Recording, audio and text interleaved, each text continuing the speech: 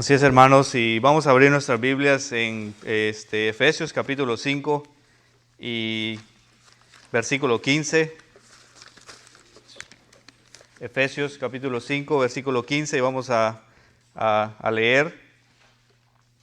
Y dice así la palabra de Dios ahí en Efesios capítulo 5, versículo 15. Mirad pues con diligencia como andéis, no como necios, sino como sabios. Oremos. Señor, te damos gracias en esta tarde y Padre, pedimos siempre la dirección tuya, Señor. Y Padre, quebranta nuestro corazón, Señor, quebranta nuestra mente. Señor, ayúdanos, Padre, a llevarnos a través de tu palabra a lo que realmente tú quieres de cada uno de nosotros, Señor, especialmente de mi vida, Señor. Padre, ten piedad, ten misericordia, Señor, de mí. Y Padre, ayúdanos que este servicio sea dirigido y conducido a través de tu Espíritu. Eso pedimos en el nombre de tu Hijo Jesucristo. Amén.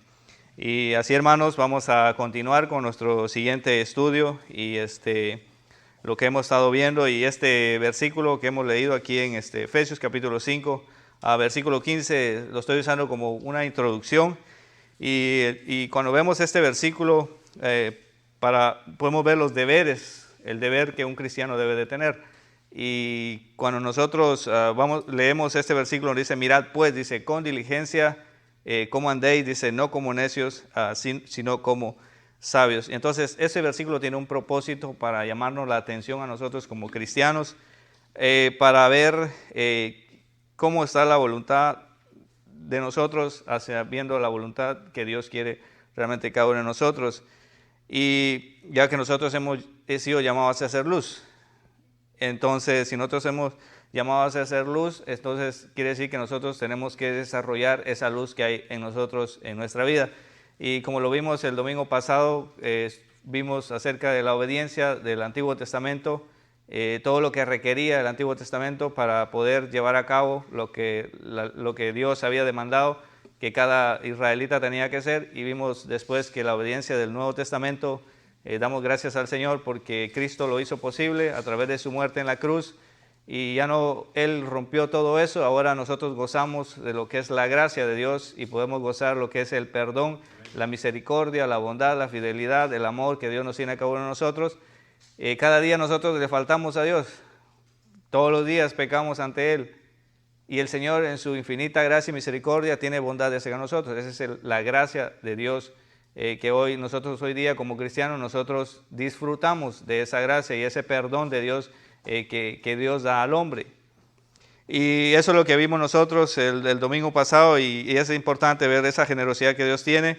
Y nosotros también entendemos que ahora nuestra posición como cristianos, ¿dónde estamos? Nuestra posición está en Cristo.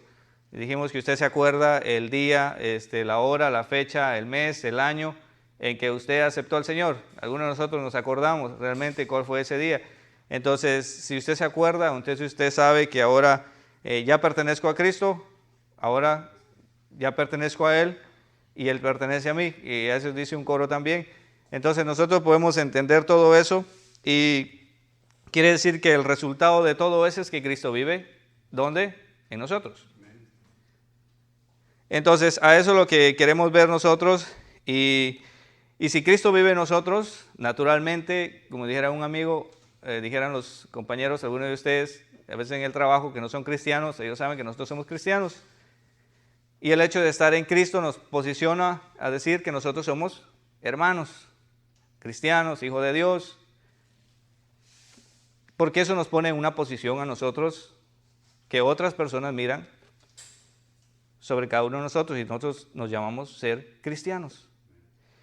Y nosotros sabemos que un hijo de Dios, sabemos que va a ser transformado a través del Espíritu Santo. ¿Por qué? Porque lo dice 1 Corintios capítulo 6, versículo 20, lo vimos el domingo pasado cuando leímos ese versículo que dice, porque habéis sido, ¿qué? Comprados con la sangre de Cristo. Y ahora dice, pues, glorificad pues a Dios en vuestro cuerpo y en vuestro espíritu, los cuales son de Dios. Entonces nosotros pertenecemos al Señor. Ahora, como nosotros pertenecemos al Señor, ¿qué tenemos que hacer como creyentes? Y la palabra de Dios dice ahí, porque habéis sido comprados. Y si fuimos comprados por la sangre de Cristo, entonces, ¿qué dice el Señor? Glorificad pues a Dios en vuestro cuerpo y en vuestro espíritu. Y si el Señor nos dice glorificar a Dios, ¿qué significa? ¿Qué significa? Es que como creyentes nosotros tenemos que reflejar el Espíritu del Señor en nuestra vida.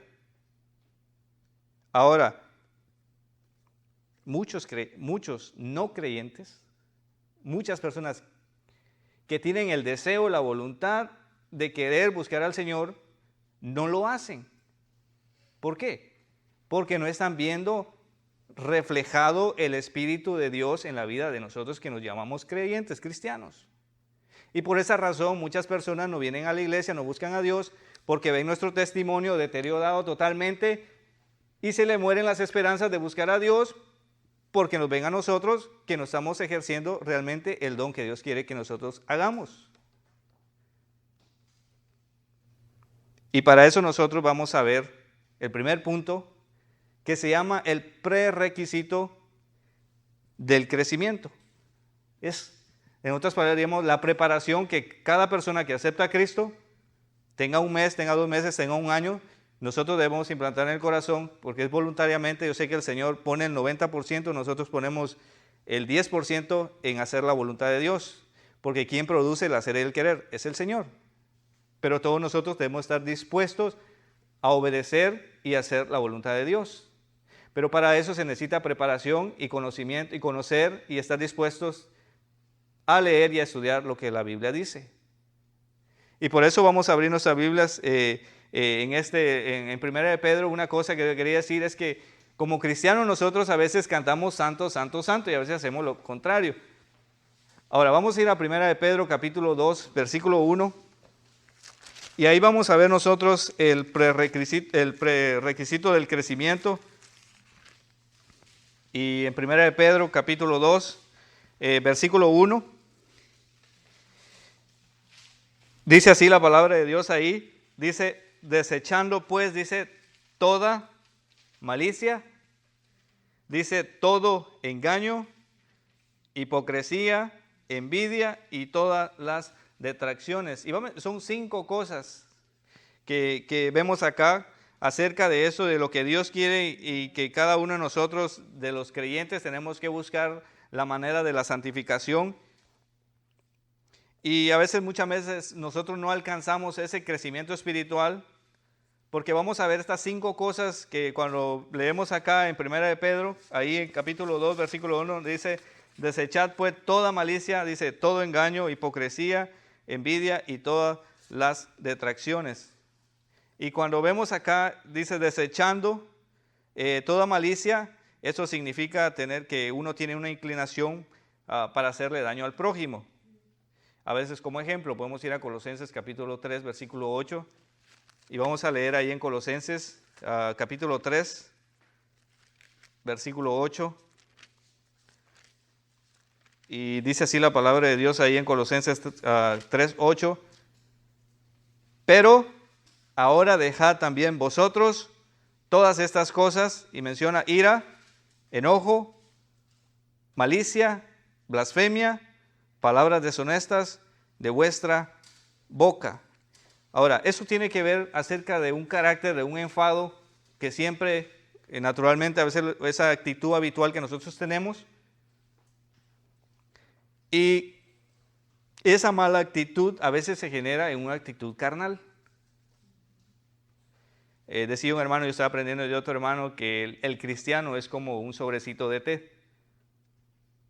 El sobrecito de té, dice, pones agua caliente y lo metes y te muestra qué color es. Y decía, ahora ponga a un cristiano en una situación o complícale las cosas a un cristiano y vas a ver su reacción, su actitud, cómo va a ser, y saca todo lo que tiene adentro. Y por eso la palabra de Dios dice que cuando dice acá malicia,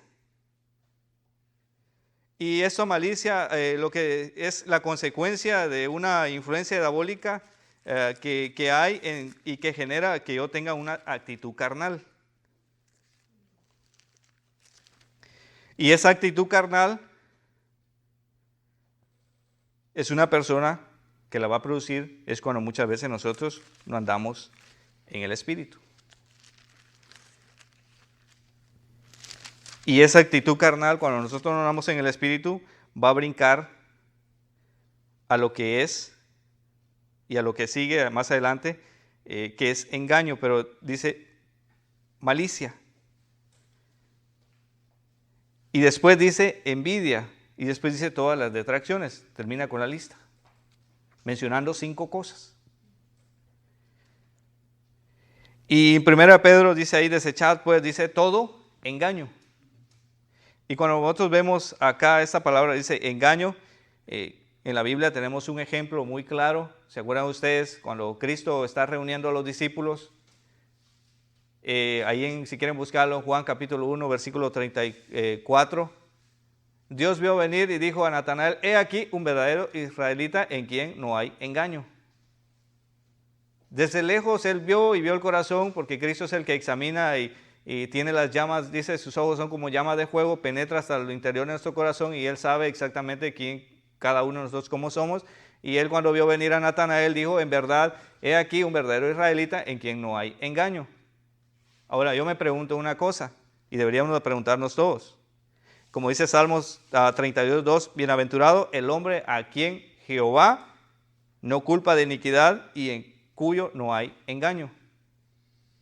Ahora la pregunta es, hermanos, cuando Cristo le dice, y ve a ver a Natanael, dice, he aquí un hombre en quien no hay engaño. Él conocía el corazón de Natanael. Ahora la pregunta es, ¿dice Cristo eso de mí? ¿Dice Cristo eso acerca de nosotros como cristianos hoy día?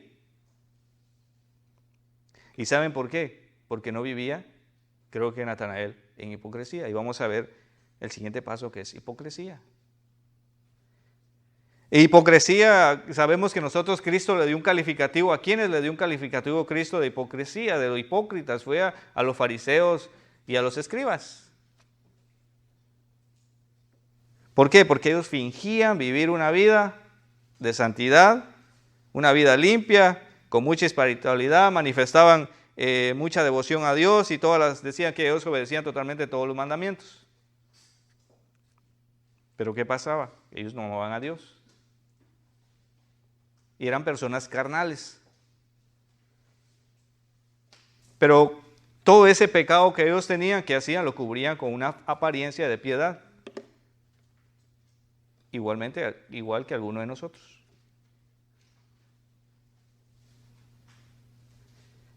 Por eso Cristo les dijo, estos de labios me honran, pero su corazón está lejos de mí. Hermanos, nadie de nosotros podemos vivir de esa manera teniendo un corazón corrompido. Y no podemos nosotros cubrir cualquier pecado o cualquier falsa apariencia, nosotros cubrirlo con una manera de espiritualidad. Porque un creyente, un discípulo, una persona llamada siéndose cristiano, no podemos hacerlo. Yo a veces, el otro día lo escuché y yo tuve una vez, cuando era niño, y lo he visto. A veces hay matrimonios que tienen hijos y el matrimonio pues no hay un buen testimonio, no hay una devoción, no hay una entrega totalmente al Señor y por supuesto no le están enseñando a los hijos. Pero cuando vienen a la iglesia, el niño está chiquito, empieza a hablar, le dice, hey niño, decí gloria a Dios, enfrente del pastor, el niño dice gloria a Dios. ¿Qué están haciendo? Le están enseñando al niño a ser una persona que está adorando falsamente. Y muchos de nosotros lo hacemos así. Y eso no es lo que el Señor quiere. Porque si nosotros estamos viendo toda esa malicia, todo engaño, toda esa falsa hipocresía, fácilmente pasamos y brincamos de lo que es la envidia. A tener este carácter, esta actitud que se genera por lo carnal que empieza a entrar en nuestro ser, en nuestra alma. Y nosotros sabemos que la envidia es un disgusto sobre lo que aquel tiene y lo que aquel tiene. Yo desearía tener lo que aquel tiene y yo desearía que lo que él tiene que sea mío. Eso es una envidia. Estar siempre celoso. Y ese pecado de la envidia ha dañado mucho lo que es la obra de Dios. Le digo, ¿por qué? Porque hay quienes que codician y envidian lo que Dios le ha dado a otros hermanos de algún ministerio que están haciendo. Y están codiciando por tener algún ministerio en la iglesia, pero no lo están haciendo realmente de corazón, sino que lo están haciendo porque están riñendo o porque quieren hacerlo por algún motivo egoísta. Y eso va a traer consecuencias porque eso no ayuda en la obra de Dios.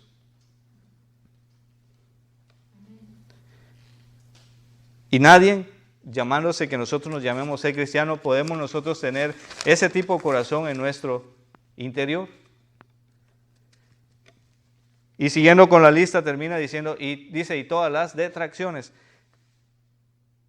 Y detracciones significa un tipo de manera que nosotros hablamos, ahora con un fin que tiene es de desprestigiar a los demás.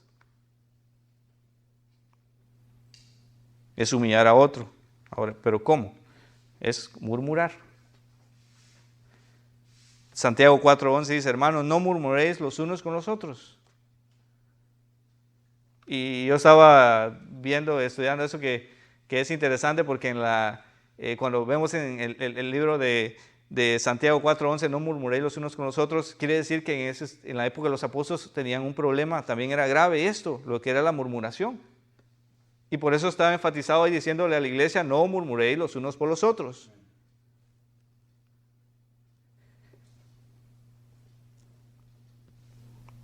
Y nosotros por eso vemos que esta palabra está acá para explicar que nadie en la iglesia, llamándose cristiano, puede tener esta actitud que es la maledicencia.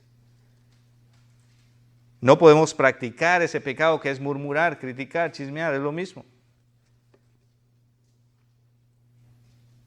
A veces lo hacemos nosotros, criticamos cuando la otra persona no está presente y eso somos crueles.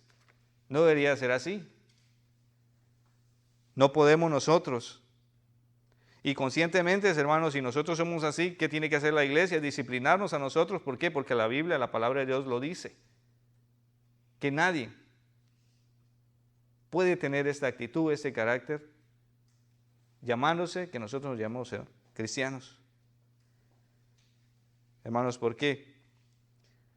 Y si nosotros lo hacemos es porque no amamos a los demás. Porque el no amar a otro genera este carácter y esta actitud de hablar mal sobre los demás.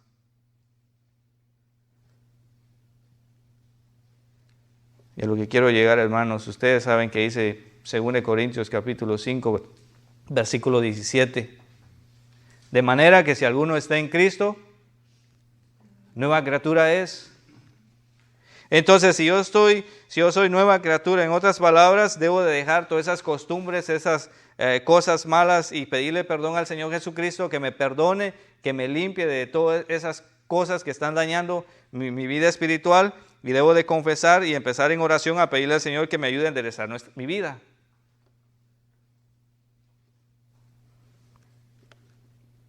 ¿Y qué tenemos que hacer? Es ahora regresar a la palabra de Dios.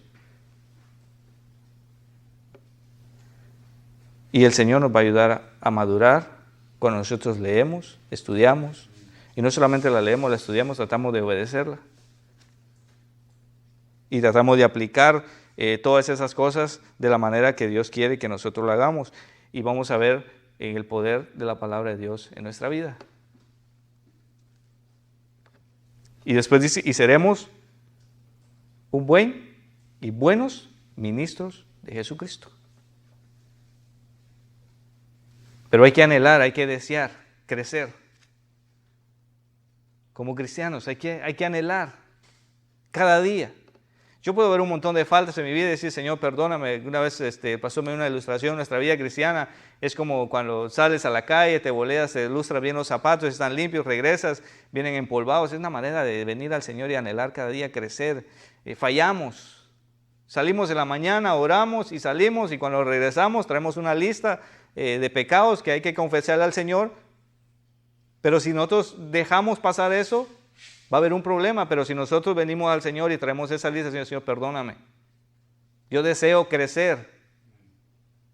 Y eso va a producir un crecimiento en mi vida espiritual. Pero hay una cosa importante. Vamos al segundo punto.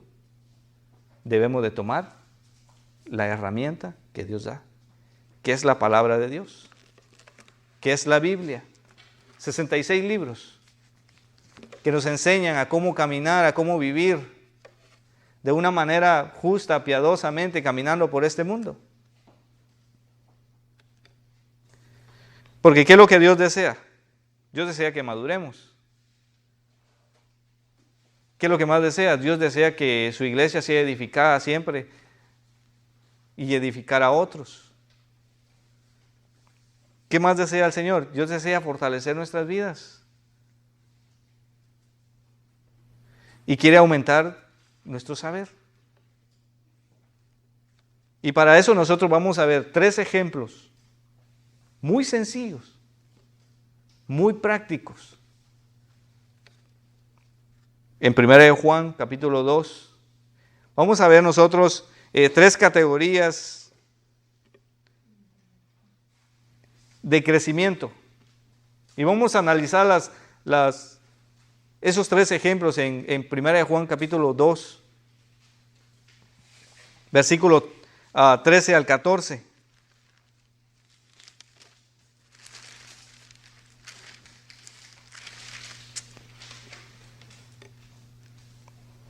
Dice así la palabra de Dios ahí en 1 Juan, capítulo 13, 14. Os escribo a vosotros, padres, porque conocéis que desde el principio, y después dice, os escribo a vosotros jóvenes, y después dice, os escribo a vosotros hijitos, porque habéis conocido al Padre. El 14 dice otra vez, os escribo a vosotros padres, porque habéis conocido al que desde el principio, y os escribo a vosotros jóvenes, porque sois fuertes y la palabra de Dios permanece en vosotros, y has vencido el maligno. Y vamos a ver esas 3 categorías, esos 3 niveles ilustrativos, donde la palabra de Dios dice, os escribo a vosotros padres. Habla de jóvenes y habla de niños. Y cuando se refiere a padres, espiritualmente hablando acá, se refiere en el sentido que nosotros diríamos, cuando dice padres, significa a creyentes maduros, fortalecidos,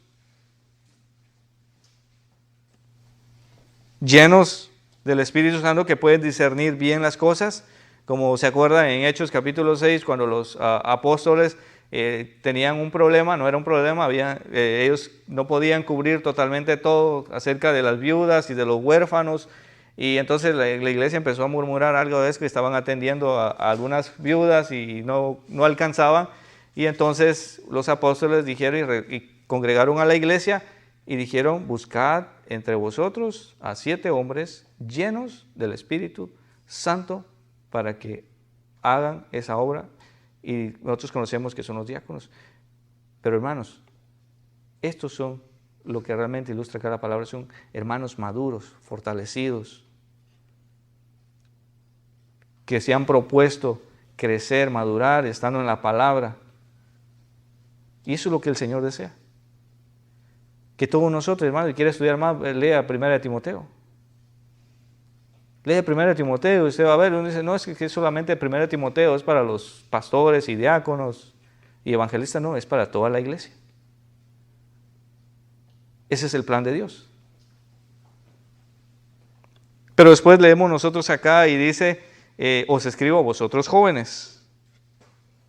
Ahora le vamos a hablar de los jóvenes, pero estamos hablando espiritualmente. Y cuando dice jóvenes, nosotros sabemos que, bueno, aquí tenemos 3 que son vigorosos, fuertes y son el futuro de la iglesia.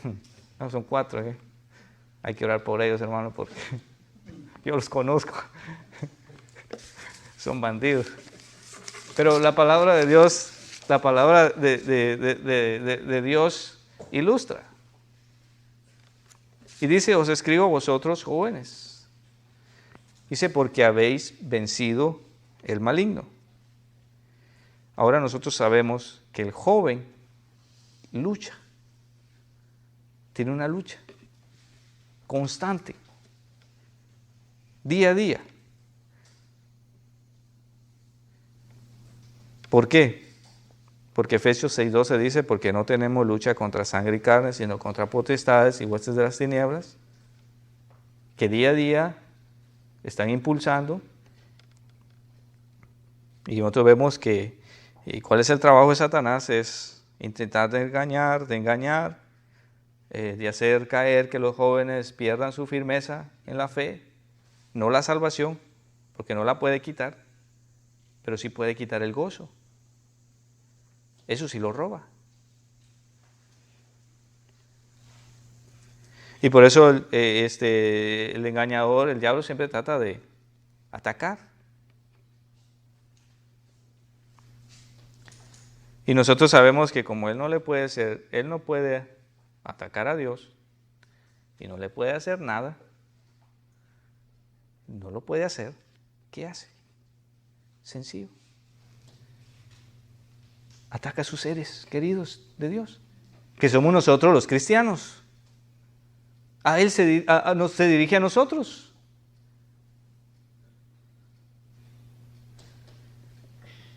Ahora, ¿cómo yo puedo resistir? Porque hay jóvenes que permanecen firmes.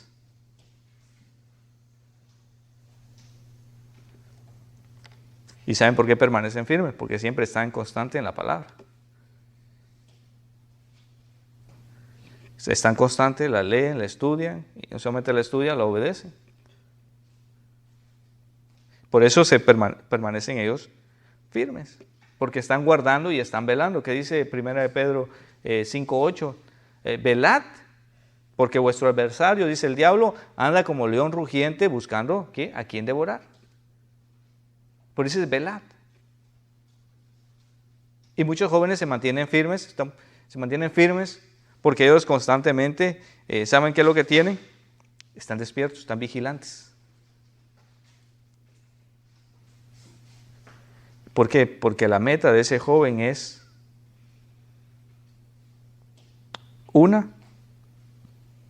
desea amar y desea caminar con el Señor todos los días. Esa es la meta de él. Y no desea que el maligno lo haga fracasar y que manche su testimonio.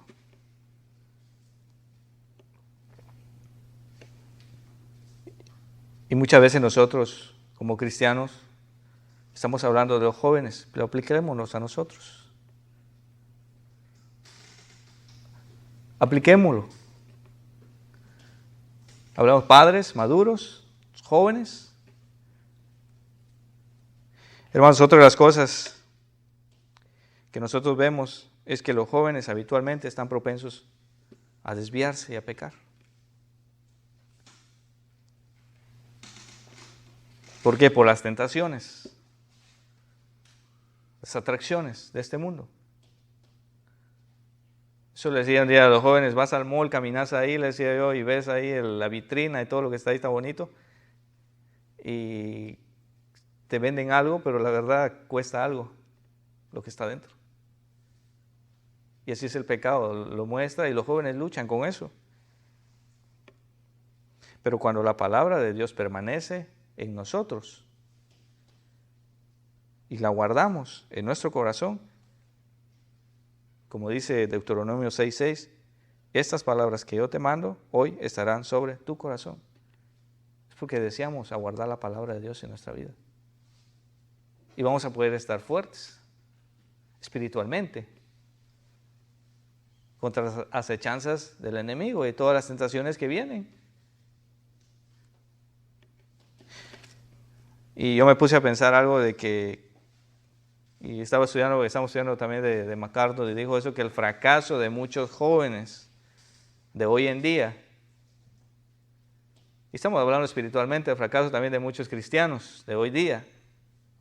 Muchos dicen, no, es que hace 30, 50 años era diferente. No, es que hace 60, hace 20 años atrás las cosas eran diferentes, hace 30 años. No era como estamos hoy, estamos en el siglo XXI, vamos a entrar al siglo XXII. Estamos en el siglo XIX. Luego entramos al siglo XX, el siglo XXI y las cosas eran diferentes. Y por eso hoy día vemos tanta decadencia. Empiezan a decir que por eso hay decadencia, que por los tiempos que estamos viviendo, y la verdad que no es así.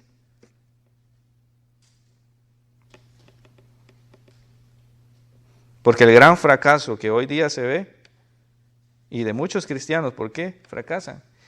Es por el desconocimiento que tienen muchos por la palabra de Dios. Por eso fracasamos. Por eso vivimos vidas fracasadas a veces. Nos vivimos quejando que me pasó esto, que me pasó lo otro. Nos vivimos, va de quejar y quejar, pero no queremos obedecer lo que Dios dice. Y nos metemos en problemas porque el pecado que acarrea problemas. Y es la consecuencia de mi desobediencia que me llevó a esa situación donde yo me encuentro. Y así de sencillo. Y después culpan al pastor, culpan a la iglesia, culpan al hermano y culpan a todo el mundo.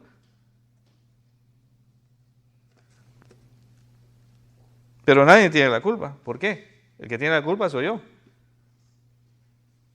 Porque me he dedicado a escuchar solamente mensajes motivadores, me he dedicado a escuchar cosas que no hablen mucho del pecado, que no sea tan duro, que no sea tan fuerte, y nosotros pues adoptamos a una manera que a nosotros nos conviene mejor. Y por esa razón hay mucho decaimiento espiritual.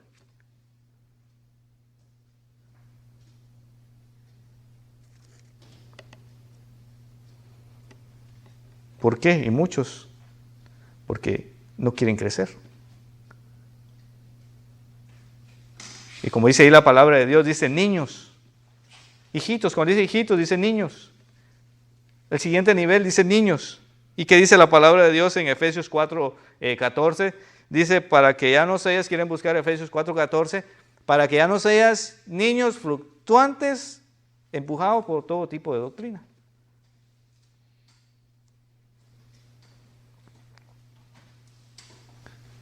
Y cuando nosotros vemos en la palabra del Señor, cuando Él dice, para que no seas niños fluctuantes, llevados por doquier, por todo tipo de doctrina, se está refiriendo a que hay tipo de cristianos que han aceptado a Cristo, pero viven una vida inestable. Son inestables, totalmente.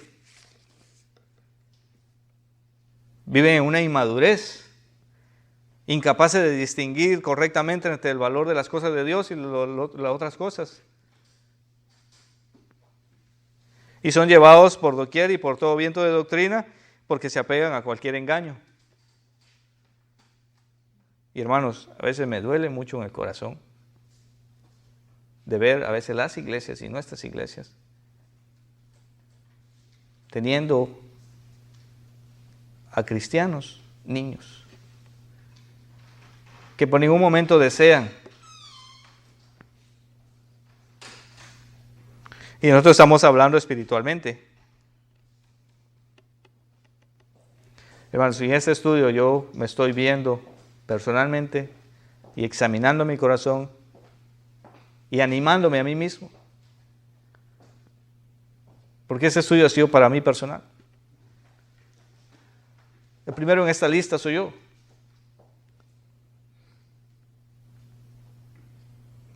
¿Por qué? Porque la palabra de Dios es como un espejo que nos revela realmente quiénes somos.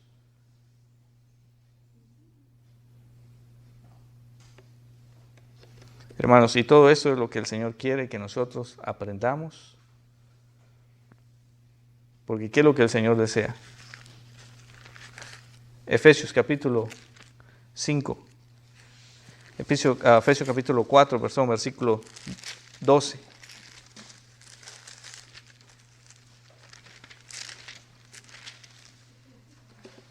Efesios 4:12, ¿qué es lo que el Señor desea? Que dice que, ¿qué quiere de la iglesia?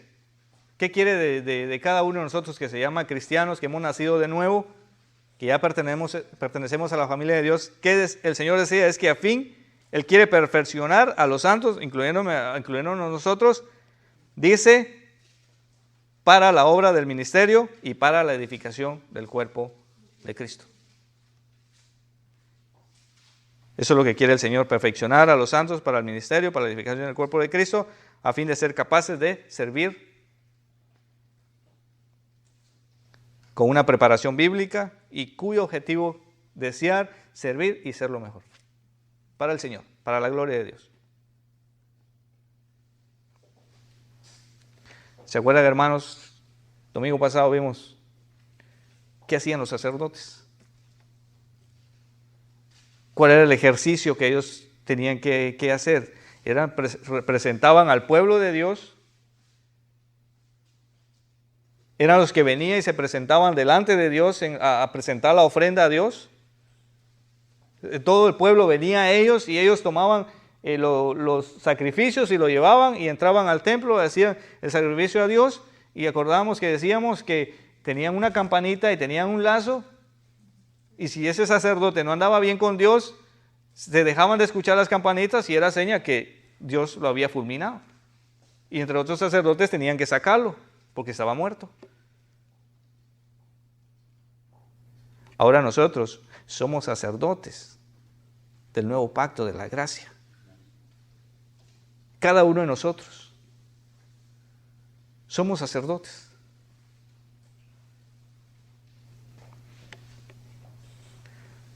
Y si un sacerdote, ¿qué tiene que hacer? Es reflejar a Dios. Y nosotros no somos solamente en la iglesia, es en el trabajo, es en la casa, donde andemos.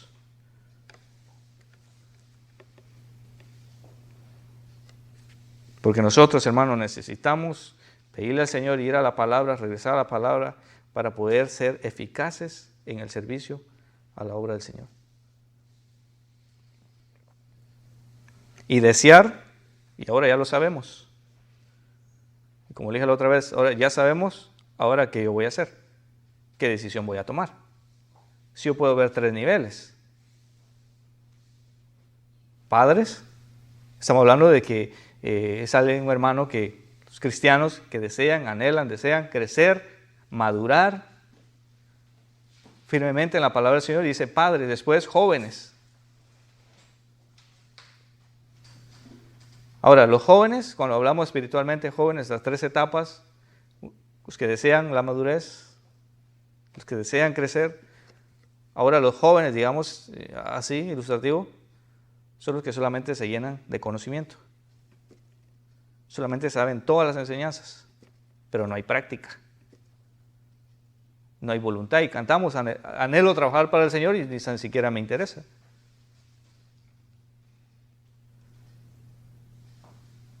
No lo hay. Solamente, sí, yo sé, y claro que sí, cantamos y estudiamos y leemos la Biblia, nos sabemos hasta todos los estudios, pero no lo aplicamos totalmente nada a nuestra vida. Y otros simplemente nos quedamos niños, necios, sin ninguna madurez, inestables.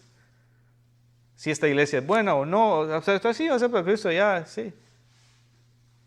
Puedo fumar, tomar, hablar más palabras, hacer lo que yo quiera. Pero eso no es así. Por eso estamos viendo nosotros, como vimos al principio, el prerequisito, el deseo, el anhelo de crecer. Pero para eso hay que despojarnos, quitarnos cosas en nuestra vida. Esas costumbres que no ayudan. Y dejar que la palabra de Dios sea la fuente de mi vida. La luz. Y tomemos la herramienta fundamental, que es la palabra de Dios. Ir a la palabra. Enfocarnos en la palabra. Vivir, desear la palabra y hacer siempre la voluntad de Dios. Yo doy gracias a Dios por un hermano que una vez me dijo, encarguémonos de alimentarnos y el Señor dará el crecimiento. Y eso es lo que el pueblo de Dios tiene que hacer. Cada uno de nosotros. Tomar cartas en el asunto, dijera en Guatemala. Y hacerlo eso realidad en nuestro corazón. ¿Para qué, hermanos? Porque dice la palabra de Dios, porque vosotros sois la luz del mundo, y así alumbre vuestra luz delante de los hombres, para que vean y glorifiquen a vuestro Padre que está en los cielos, y así dirá el Señor al final de nuestras vidas, hermanos. Bien, buen siervo y fiel, sobre poco has sido fiel, y sobre mucho te pondré, entra en el gozo de tu Señor. Que la gloria sea para el Señor. Amén.